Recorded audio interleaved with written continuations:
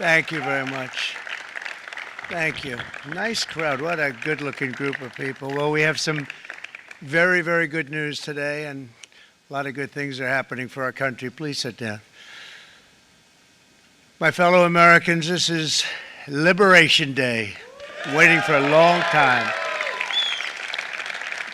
April 2nd, 2025 will forever be remembered as the day American industry was reborn, the day America's destiny was reclaimed, and the day that we began to make America wealthy again.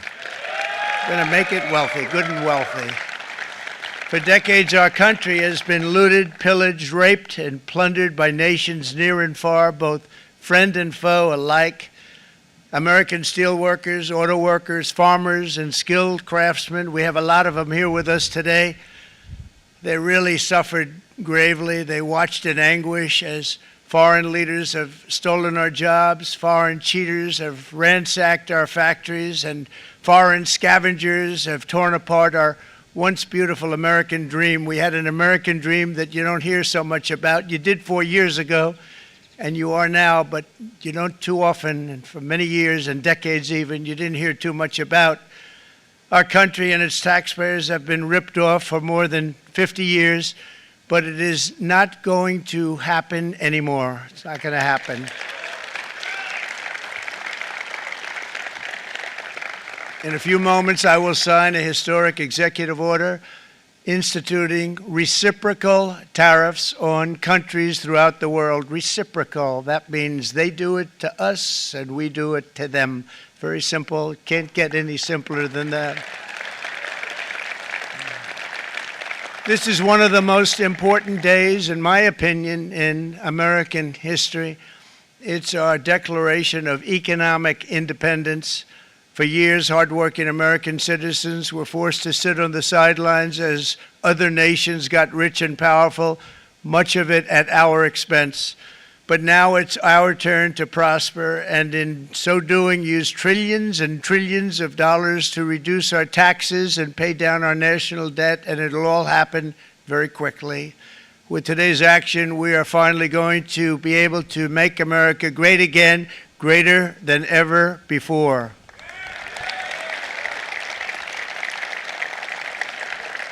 Jobs and factories will come roaring back into our country, and you see it happening already. We will supercharge our domestic industrial base. We will pry open foreign markets and break down foreign trade barriers. And ultimately, more production at home will mean stronger competition and lower prices for consumers.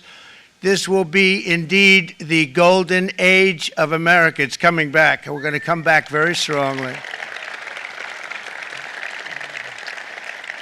We're pleased to be joined on this momentous occasion by Vice President J.D. Vance. J.D., thank you.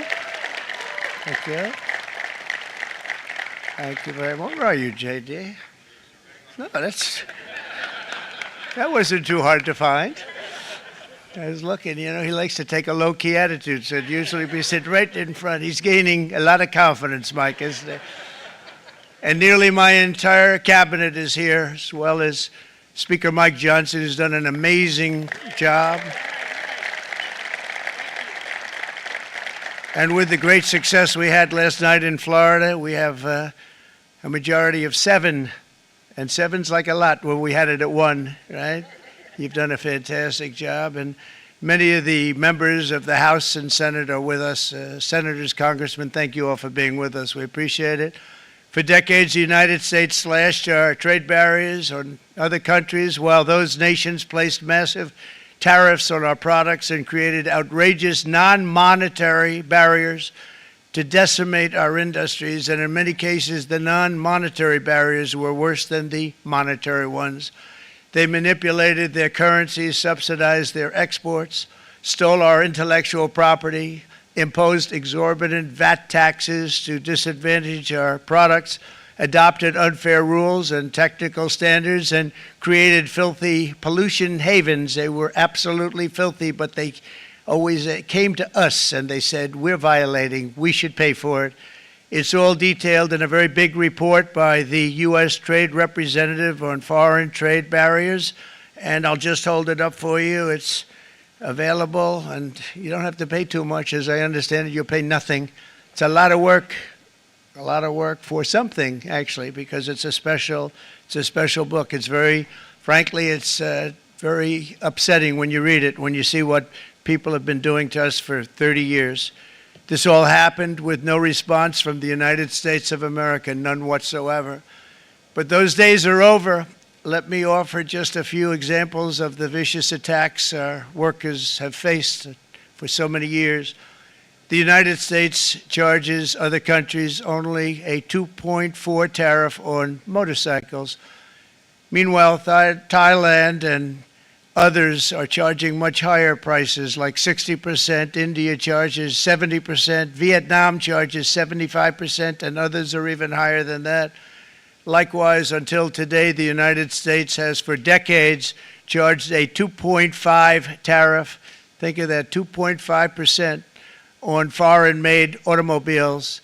The European Union charges us more than 10% tariffs, and they have 20% VATs, much, much higher. India charges 70%, and perhaps worst of all are the non-monetary restrictions imposed by South Korea, Japan, and very many other nations. As a result of these colossal trade barriers, 81% of the cars in South Korea are made in South Korea. 94% of the cars in Japan are made in Japan. Toyota sells 1 million foreign-made automobiles into the United States, and General Motors sells almost none. Ford sells very little. None of our companies are allowed to go into other countries. And I say that, friend and foe, and in many cases, the friend is worse than the foe in terms of trade.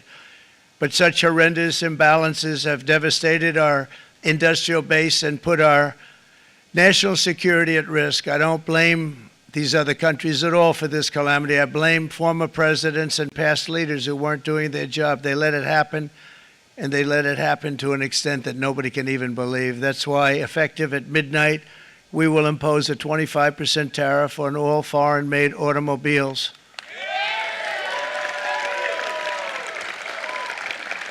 Thank you. Brian, I'd like to have you come up here for a second, okay? I just see him sitting. He's been a fan of ours, and he understands this business a lot better than the economists, a lot better than anybody. Brian, say a few words, please, would you? Thank you, Mr. Thank you. President. It's a great honor to have you. Thanks. Thank you, Mr. President. I grew up just north of Detroit, Michigan, in Macomb County, known as the home of the Reagan Democrats. My first vote for president was for Ronald Reagan. I thought that was going to be the best president I ever saw in my lifetime until Donald J. Trump came along. I have watched my entire life, I have watched plant after plant after plant in Detroit and in the metro Detroit area close. There are now plants sitting idle. There are now plants that are underutilized, and Donald Trump's policies are going to bring product back into those underutilized plants. There's going to be new investment. There's going to be new plants built. And the UAW members, and I brought 20 of them with me, they're sitting right over here.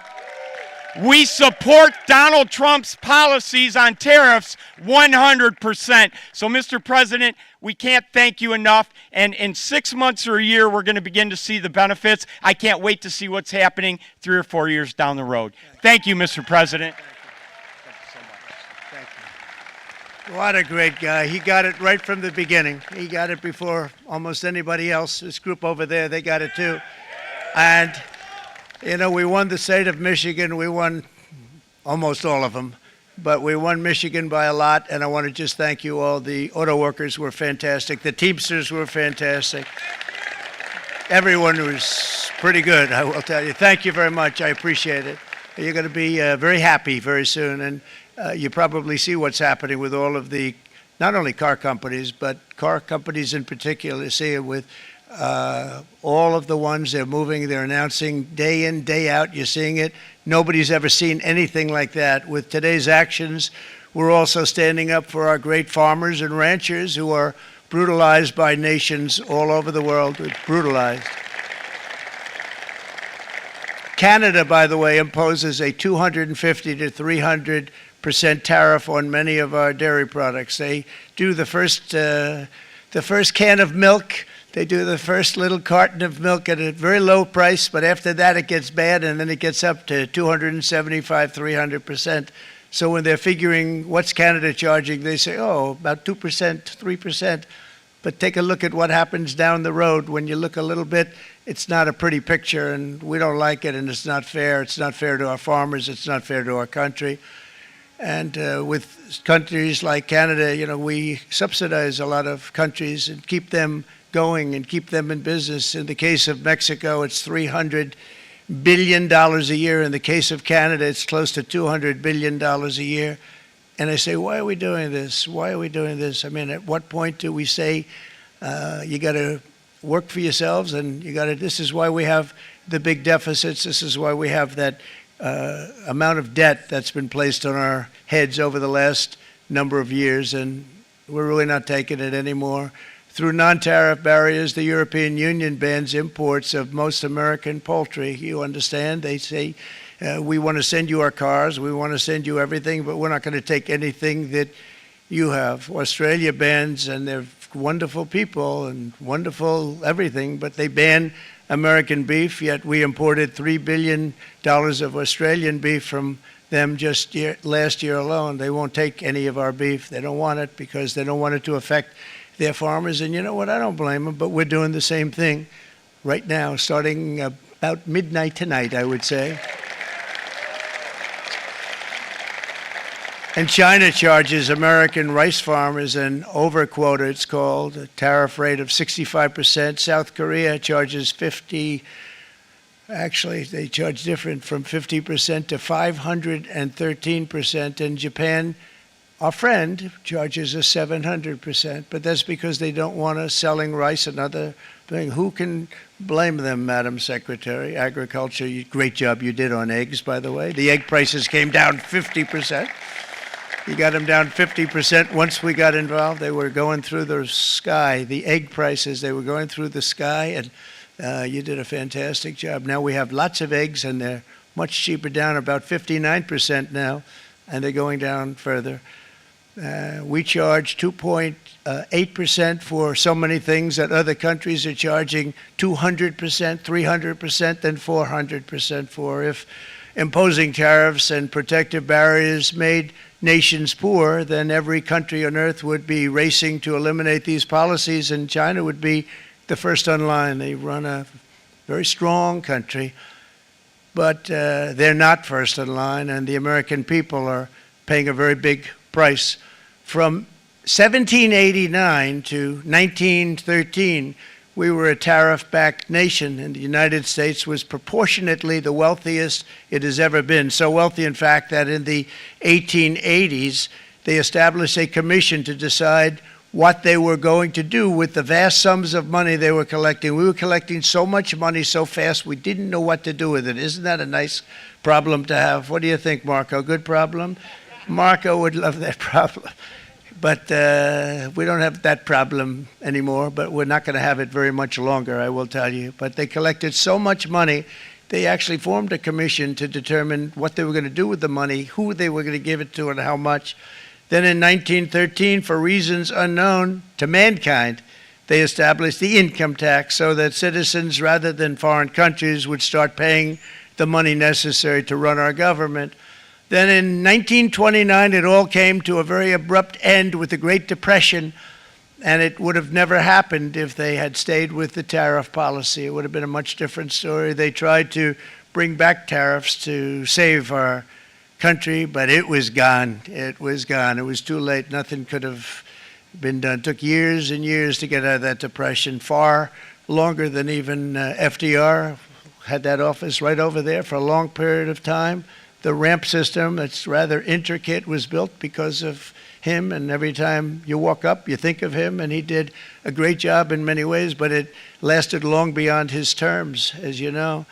But it's not too late any longer, and we're going to start being smart, and we're going to start being very wealthy again. We're going to be wealthy as a country because they've taken so much of our wealth away from us. We're not going to let that happen.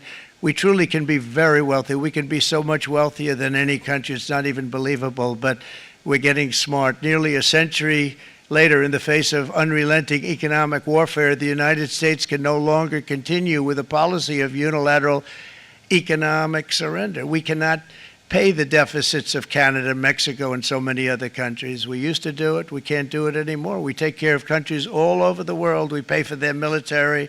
We pay for everything they have to pay. And then when you want to cut back a little bit, they get upset that you're not taking care of them any longer. But we have to take care of our people, and we're going to take care of our people first. And I'm sorry to say that.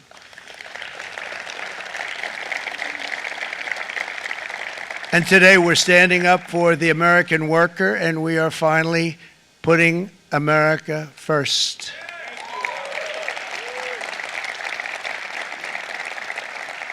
In sleepy Joe Biden's last year in office, the United States hemorrhaged 100,000 manufacturing jobs, and the number was going through the roof at levels never seen before. And our trade deficit reached a record $1.2 trillion, which is unheard of. Since the beginning of NAFTA, the worst trade deal ever made, it was a horror show. I was able to terminate it. They all said you'd never be able to get it out. We had to get approval from Congress to get it terminated. We had to live with that deal. It was the worst trade deal ever made by far. But since the very beginning of NAFTA, our country lost 90,000 factories. Think of what that is, 90,000. Think about putting a map up and putting tax on it. You wouldn't have enough room. 90,000. I said, is that possible? We had it checked 4 different times, and it was actually somewhat higher than that. And 5 million manufacturing jobs were lost while racking up trade deficits of $19 trillion. That was the worst trade deal ever made.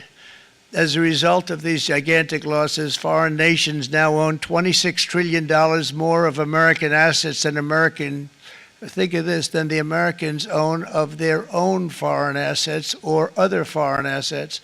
The United States can no longer produce enough antibiotics to treat our sick. We have a tremendous problem. We have to go to foreign countries to treat our sick. If anything ever happened from a war standpoint, we wouldn't be able to do it. We import virtually all of our computers, phones, televisions, and electronics. We used to dominate the field, and now we import it all from different countries. A single shipyard in China now produces more ships every year than all of the American shipyards combined. Think of that. And it was a business that we used to dominate. We used to dominate it totally. In short, chronic trade deficits are no longer merely an economic problem. They're a national emergency that threatens our security and our very way of life. It's a very great threat to our country. And for these reasons, starting tomorrow, the United States will implement reciprocal tariffs on other nations. It's been a long time since we even thought of that. We used to think about it a lot. We didn't think about it for many decades, and you see what's happened.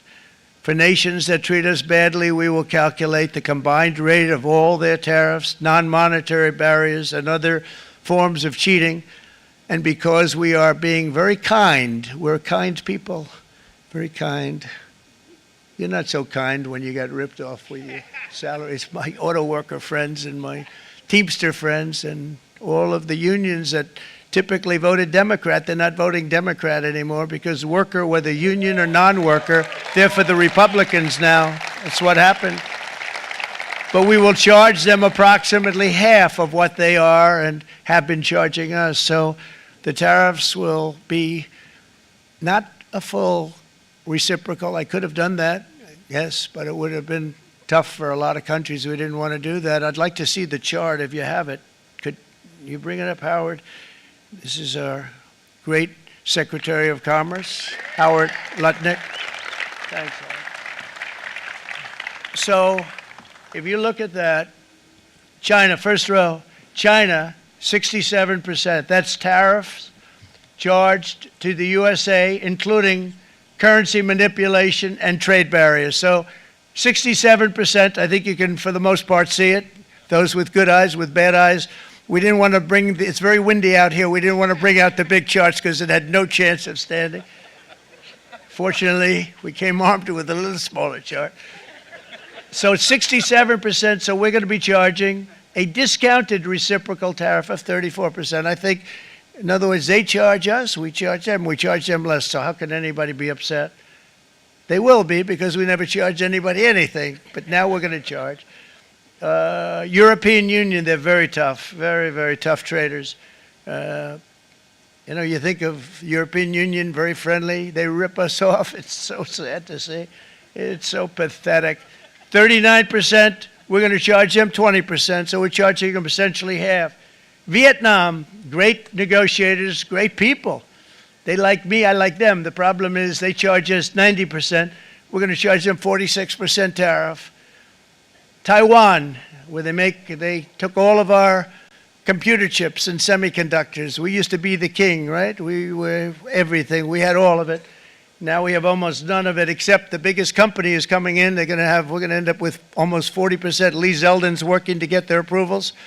And it's an amazing company. Mr. Wei, of one of the great companies of the world, actually. They're coming in from Taiwan, and they're going to build one of the biggest plants in the world, maybe the biggest for that. But 64%, we're going to charge them 32%. Japan, very, very tough, great people. And again, I don't blame the people for doing it. I think they're very smart in doing it. I blame the people that sat right in that Oval Office, right over there, right behind the Resolute desk or whichever desk they chose. Japan, 46%. They would charge us 46%, and much higher for certain items like cars, you know, little items like cars. 46%, we're charging them 24%. India, very, very tough, very, very tough. The Prime Minister just left, and he's a great friend of mine, but I said, you're a friend of mine, but you're not treating us right. They charge us 52%. You have to understand, we charge them almost nothing for years and years and decades, and it was only 7 years ago when I came in, we started with China and charged them. We took in hundreds of billions of dollars from China in tariffs, and they understood, honestly. President Xi understood. He said, look, I understand, and the other countries, and they all understand. We're going to have to go through a little tough love, maybe, but they all understand. They're ripping us off, and they understood it. Prime Minister of Japan, Shinzo Abe. He was a fantastic man. He was unfortunately taken from us, assassination. But I went to him and I said, Shinzo, we have to do something. Trade is not fair. And he said, I know that.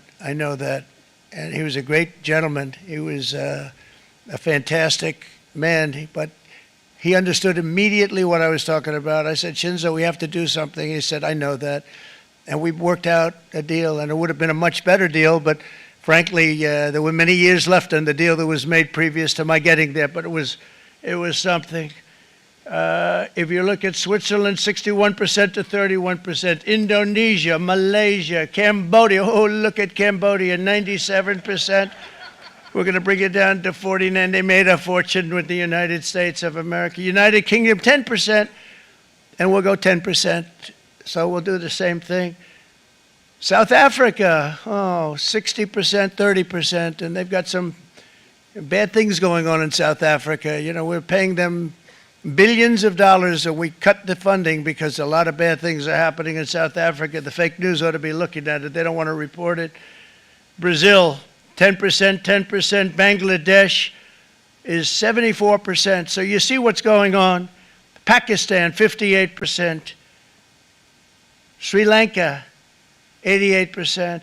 So what we're doing is we're taking not the full, we could take the full 88%. Thanks a lot, Aaron. He's doing a very good job. How's he doing, all right? I think you better take it with you. It's not going to last very long. He's going to put it, it's going to follow you down with the wind. I brought a hat just in case it got too windy, but here, would anybody like a hat? I'm not giving it to a cabinet. I'm giving it to the auto workers. Come here.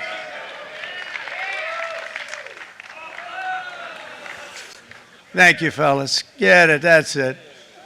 That's it. They deserve it more than our cabinet. Our cabinet has plenty of hats. But you see the numbers. The numbers are so disproportionate. They're so unfair. At the same time, we will establish a minimum baseline tariff of 10%. You notice that on the chart.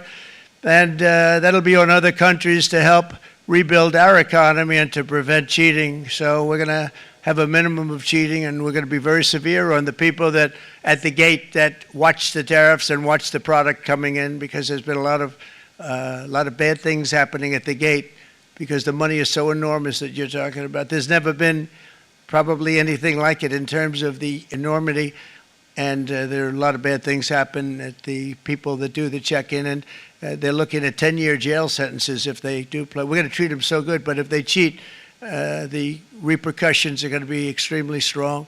Foreign nations will finally be asked to pay for the privilege of access to our market, the biggest market in the world. We're right now the biggest market in the world. We had a great country 4 years ago in terms of the economics. We were doubling up on China. We were doing so well. Nobody was going to catch us, but so much of it slipped away over the last 4 years under Biden.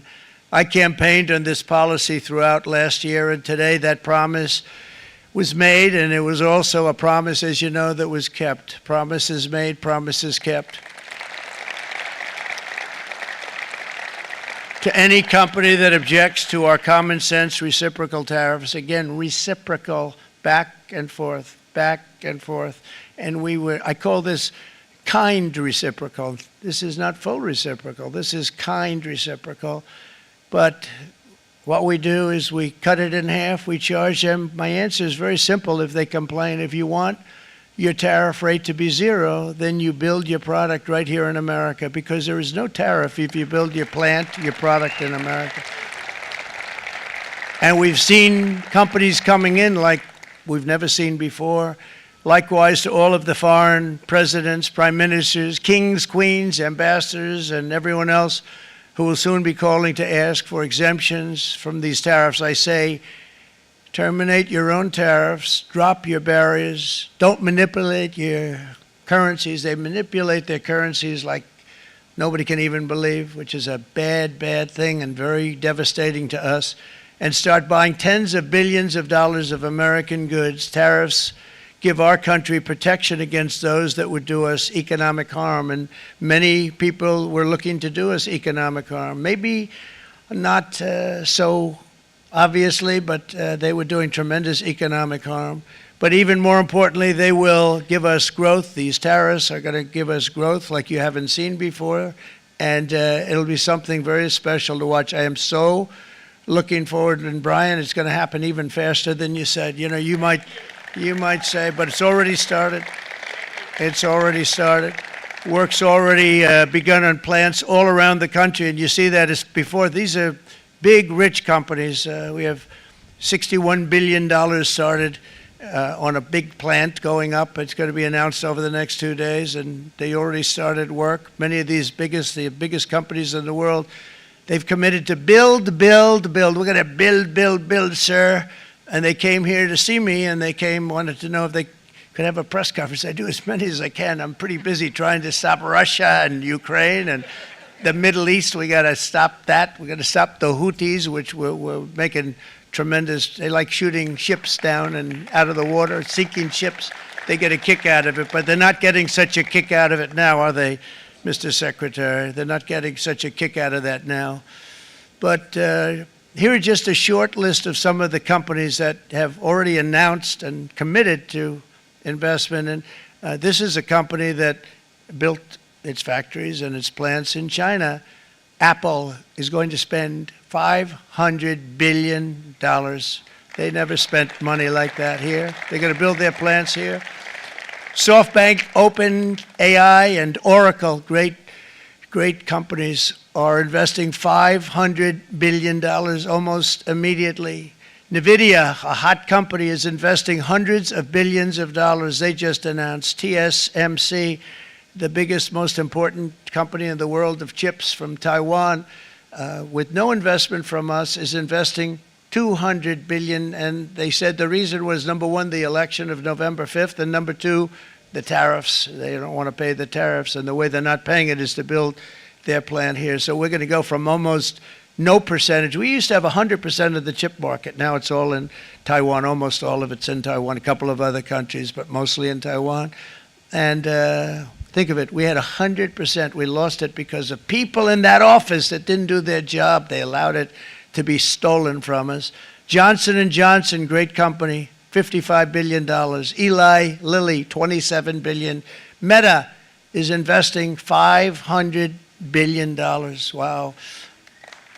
DeMac is investing $20 billion. CMA, CGM, $20 billion. And then you have Merck and Clarios, Stellantis, General Motors, GE Aerospace, Honda, Nissan, Hyundai are all putting in billions and billions of dollars, and they're committed 100%. So.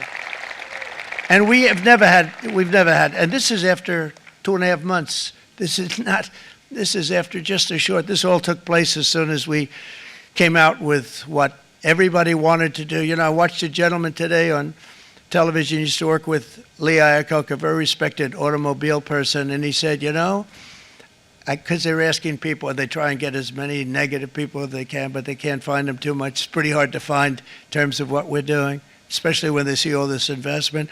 They said, so tell me, what do you think of what Trump is doing from the automobile standpoint? He said, I can't believe it.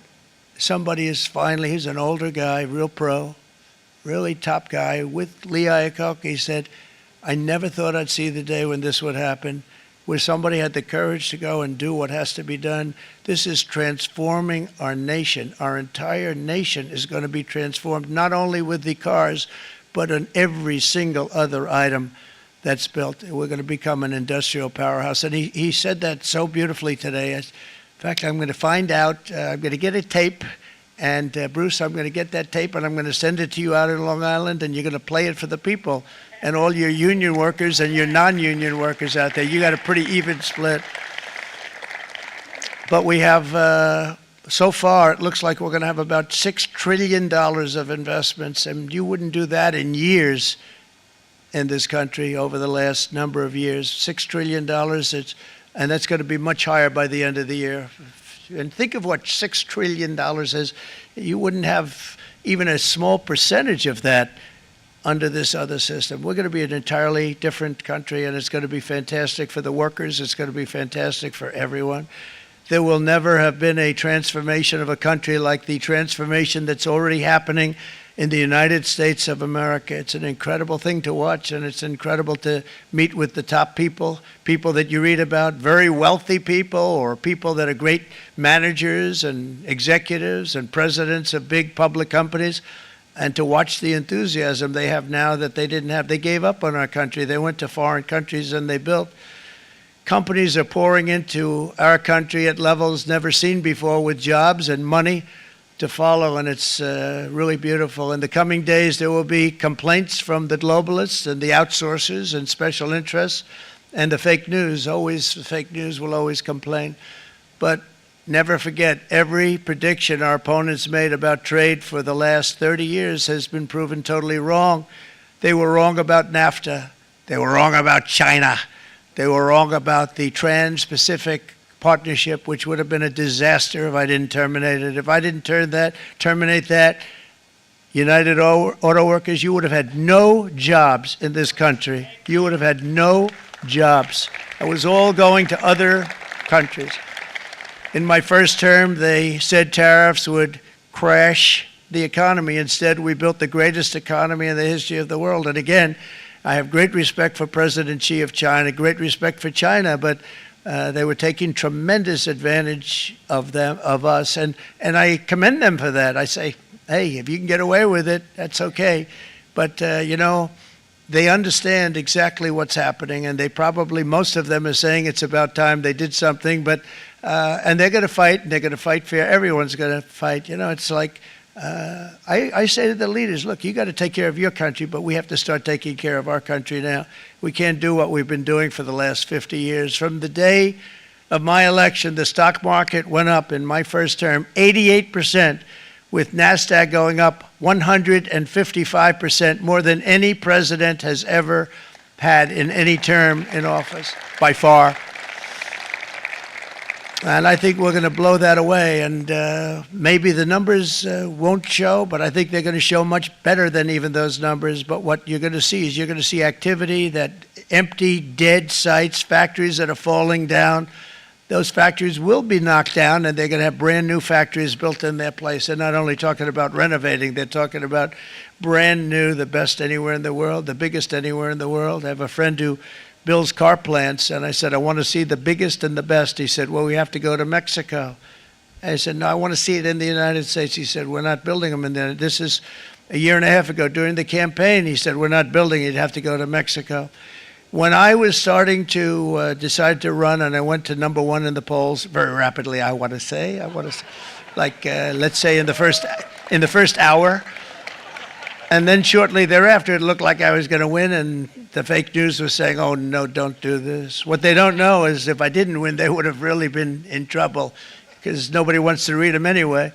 But I tell you what, when it looked like I was going to win, I announced that I was going to be doing exactly what we're talking about today. Great consistency, actually, because I've been talking about it for 40 years, but because I saw what was happening 40 years ago. If you look at my old speeches when I was young, very handsome, my old speeches, and that people would say, I'd be on a television show, I'd be talking about how we were being ripped off by these countries. I mean, nothing changes very much. The only thing that changed were the countries, but nothing really changes. But it's why it's such an honor. It's such an honor to be finally able to do this. If you look at China, I took in hundreds of billions of dollars in my term, hundreds of billions. They never paid 10 cents to any other president, and yet they paid hundreds of billions, so much so that Biden couldn't do anything. They wanted to try and terminate it because he had a very special relationship with China. You know what the relationship was? He had a special relationship. But the numbers were so big, that they couldn't do it. So they did ease it up. They did things that they shouldn't have done. They made it a lot more comfortable for them, but they couldn't do it because the numbers were hundreds of billions of dollars, and I did that. And we were on our way to doing something like incredible. And then we had a very bad election happen, a lot of bad things happened. So when I said we got to do it again, I said we have to make it too big to rig, and we made it too big to rig, and we won in records, and it was a monumental win. And it was such an honor to see so many of you, like Brian and your friends, here with us to celebrate, and to more importantly celebrate what we're doing, because that wouldn't be a full celebration if we didn't do this, because this will be an entirely different country in a short period of time.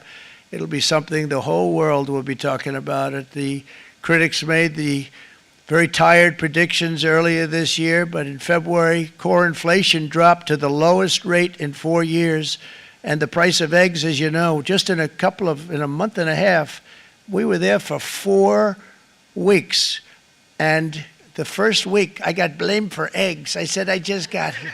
They said eggs have gone up at like 250% and you can't get eggs, and they were going crazy, and I said, I just got here.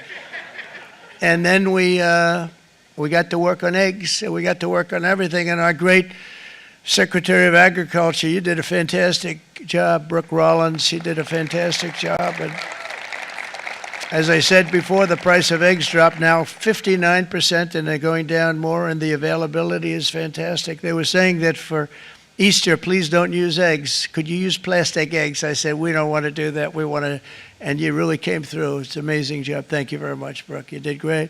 But likewise, an old-fashioned term that we use, groceries. I used it in the campaign. It's such an old-fashioned term, but a beautiful term, groceries. It sort of says a bag with different things in it. Groceries went through the roof, and I campaigned on that. I talked about the word groceries for a lot, and energy costs now are down, groceries are down, gasoline is way under $3, and people are beginning to be able to buy things and live again. We brought prices way down. We created 10,000 already in a few weeks, new manufacturing jobs. And it was that took place in 1 month, numbers that they haven't seen in a long time. We had virtually no inflation under my term.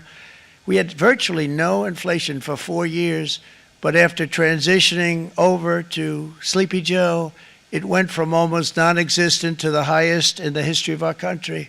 They had the highest inflation in the history of our country, brought up by energy and bad spending and bad policy, and a lot of bad things happened. How about allowing millions and millions and millions of people to pour into our country with open borders, where it's so sad to see even now. And I see our great secretary you have done. Stand up, please, Christy. Stand up. Christy Noem and Tom Homan. These people are doing a great job, but gotten them out in records. We have problems with judges that don't want them to go out. They want Tren de Aragua, and they want MS-13, the most vicious gangs ever. Nobody's ever seen anything like it. Absolute killer gangs. They kill people. They don't even think about it. And we put them out, and we have judges now, radical left judges that they don't want them to go out. They want them to even be brought back. Let's bring them back. You've done a fantastic job, and please thank everybody. Homeland Security, thank everybody. Appreciate it.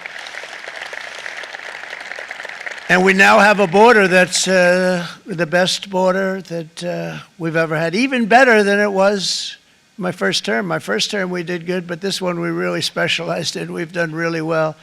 And we had records then. We had the best, safest border. 4 years ago, we had the best border there ever was. And now we have, you've actually matched it and done even better. And we're going to get it down the right way. And we want people, by the way, to come into our country, but we want to come in through a legal process. We want them to come in legally. We need more people. We need people to run these plants and to help the auto workers and the Teamsters and the non-union people and everybody else. But we need people and the farmers. And we're going to let people come in, but they want to come in. We want them to come in legally. They have to have the capability of loving our country, not people that hate our country. We don't want them in our country. And now we're going to pass the largest tax cuts in American history, and that's where we're relying on Mike and John Thune. And we will not cut Social Security, Medicare, or Medicaid benefits, and the Democrats will, because if they got in, the entire economy would collapse. This country was heading for a collapse under the people that you saw. They were horrible. I think one of the reasons people like the job, I have my highest approval ratings because I think they're comparing me to the worst administration in the history of our country, so I appreciate that at least. But Speaker of the House Mike Johnson and Senate Majority Leader, appreciate it, Mike. John Thune have been fantastic, by the way.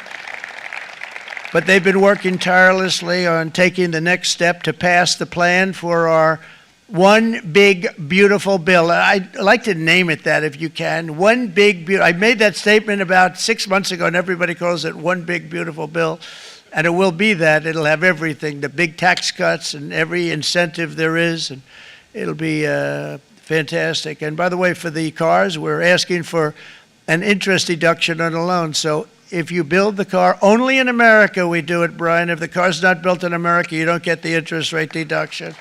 But if you build the car in America, if you buy a car, if it's built in America, then you get an interest rate deduction, tax deduction, and that's a big thing. That's going to be a big thing. I think that's going to pay for itself very quickly, that deduction. Never happened. We've never had anything like that before. Somebody said, where do you get the idea? Because it's so basic. You would think that would have happened a long time ago. It never did, and I'm very happy it didn't, because now I can say that was my idea.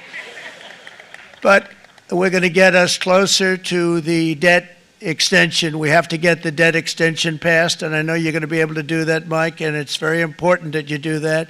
And all of the other things that the Senate budget plan gives us, along with working, because I know they're working together, John and Mike, and the two bills are going very well together. We need to get our shared priorities done, including certain permanent tax cuts. We want the tax cuts to be permanent, spending cuts, energy and historic investments in defense, border, and so much more. We're covering everything. These will be phenomenal. There'll be no bill like this going to straighten. One bill is going to straighten out our country for many, many years to come.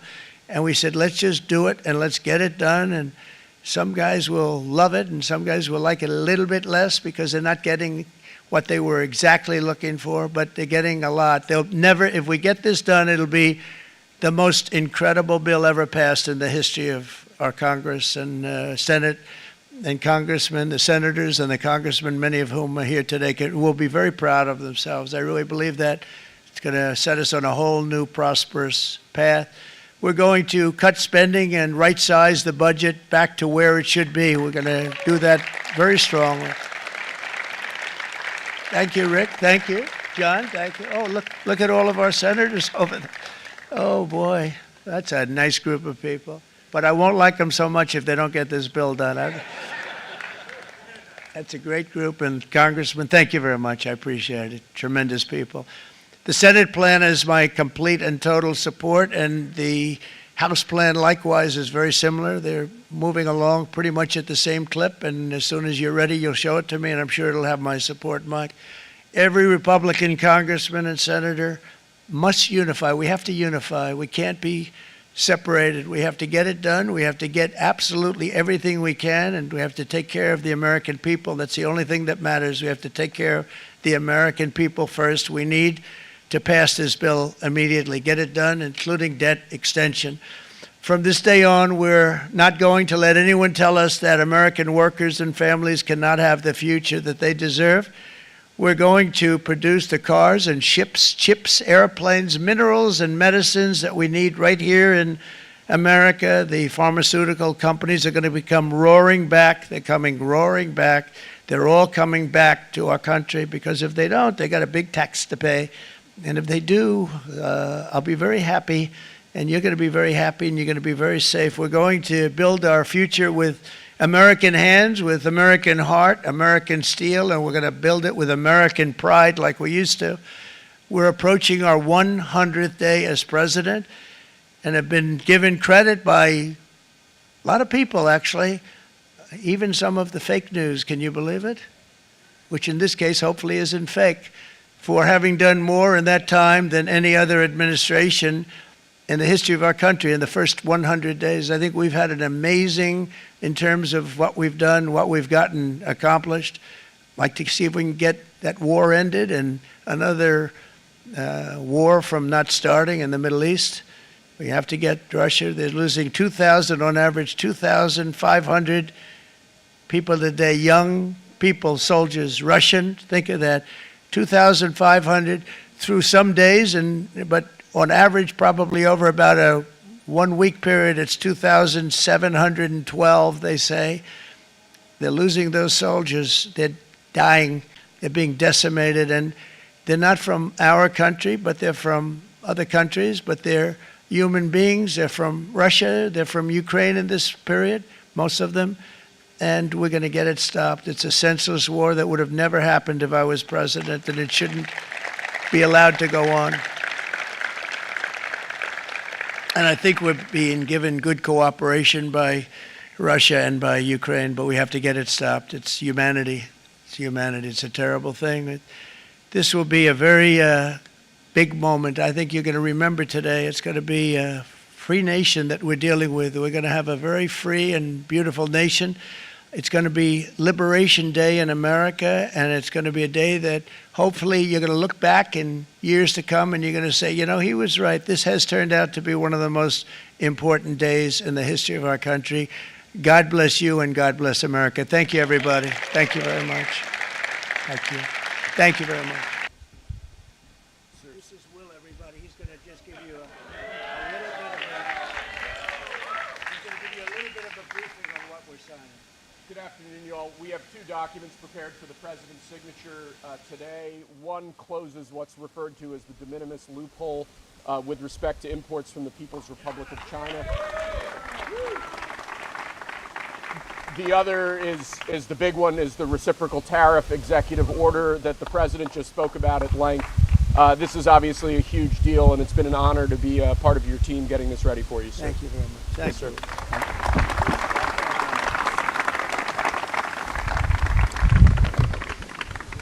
This is big stuff.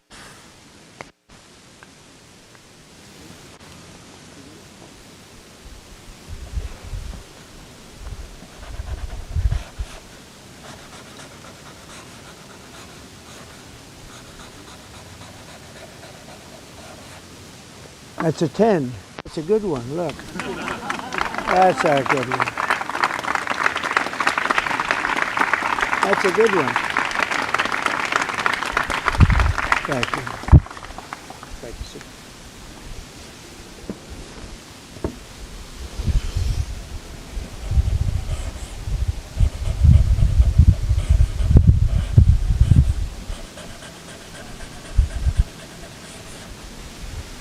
Okay, thank you very much. I'm going to hand out these pens now, if I can. Come on over. Yeah.